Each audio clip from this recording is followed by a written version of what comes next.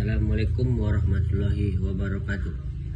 Perkenalkan, nama saya Isper Dimaun Rambe dengan NIM 2340200092. Yaitu prodi saya sekarang adalah ekonomi syariah.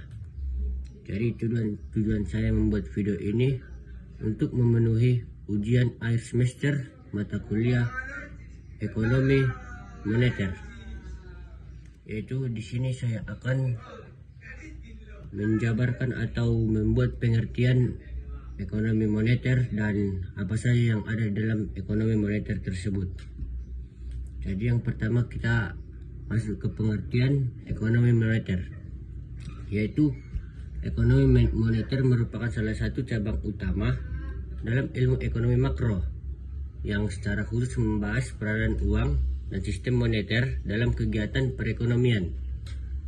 Jadi fokus utama ekonomi moneter adalah bagaimana uang diciptakan, diedarkan, dan dikendalikan, serta bagaimana perubahan dalam jumlah uang beredar mempengaruhi berbagai variabel ekonomi seperti tingkat inflasi, suku bunga, nilai tukar, investasi, konsumsi, dan pertumbuhan ekonomi secara keseluruhan. Jadi, selain itu, ekonomi moneter juga mengkaji fungsi lembaga moneter, terutama bank sentral, dalam merumuskan dan melaksanakan kebijakan moneter.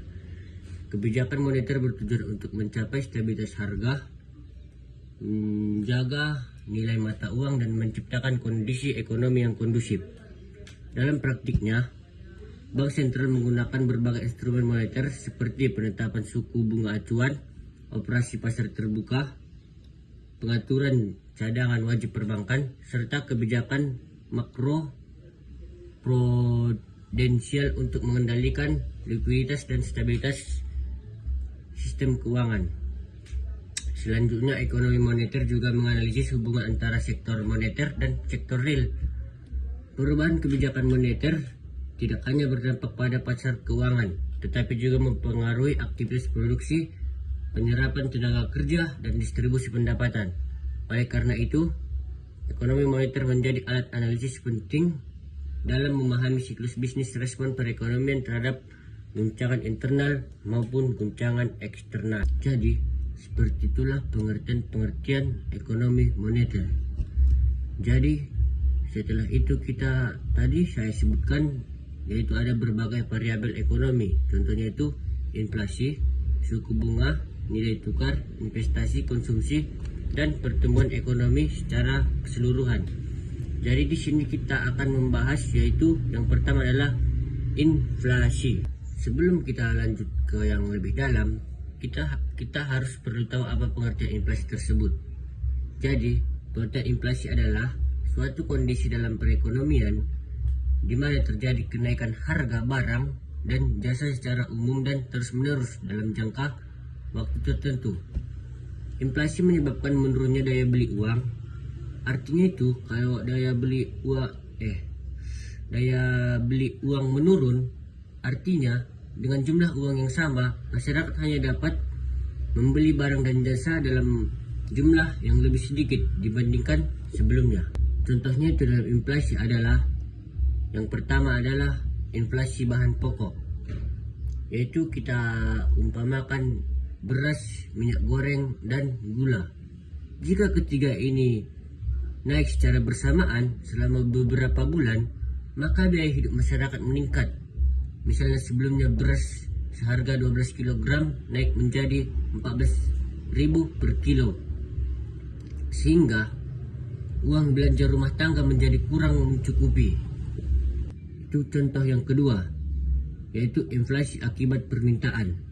Menjelang hari raya kan, permintaan terhadap pakaian, makanan, transportasi meningkat tajam.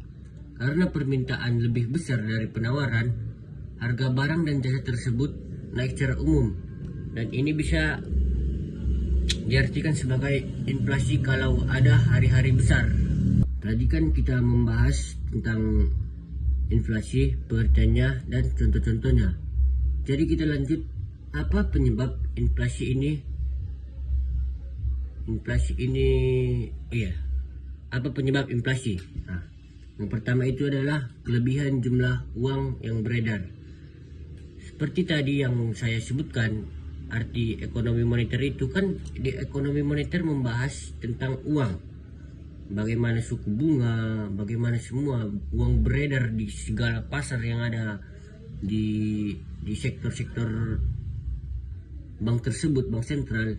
Itu yang pertama, penyebab inflasi adalah kelebihan uang beredar. Inflasi terjadi karena jumlah uang yang beredar di masyarakat lebih besar dibandingkan dengan jumlah barang dan jasa tersedia. Kondisi ini menyebabkan uang mengejar barang sehingga harga-harga naik secara umum. Dan yang kedua, inflasi tarikan permintaan atau demand pull inflation. Inflasi ini muncul akibat meningkatnya permintaan masyarakat secara signifikan, sementara kapasitas produksi tidak mampu mengimbanginya. Biasanya